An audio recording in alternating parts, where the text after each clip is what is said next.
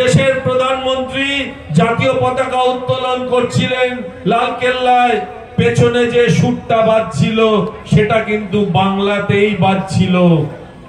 আর যখন আমরা কাঁধে পতাকা নিয়ে যে কোনো স্লোগান দেওয়ার আগে নিজেদের গা গরম করে নেওয়া বা রক্ত গরম করার স্লোগান দিই, সেটা বন্দে মাতরম, সেটাও কিন্তু বাংলাতেই দিতে হয়। কাশ্মীর থেকে কন্যাকুমারী সেই স্লোগানটা কিন্তু বাংলাতেই দেওয়া হয়। আজকে কাজী নজরুল ইসলাম যদি সেই সময় বিদ্রোহী কবি হিসাবে না লিখতেন বলবীর বল উন্নত মমশির, তাহলে কিন্তু আজকে আমরা হয়তো এই জায়গায় আসতে পারতাম না। আমরা কার কথা বলবো?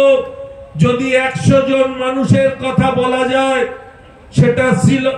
সেটা আসুন শ্রীলঙ্কায় বা আমাদের যেখানে সেই কারাগার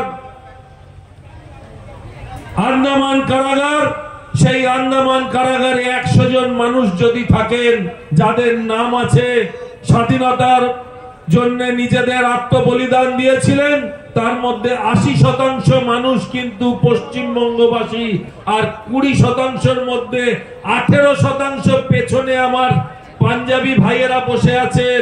তারা বাকি কিছু এদিক ওদিক থেকে কয়েকজন ছিলেন, নিশ্চয়ই তারাও ছিলেন। আর যারা আজকে পশ্চিমবঙ্গ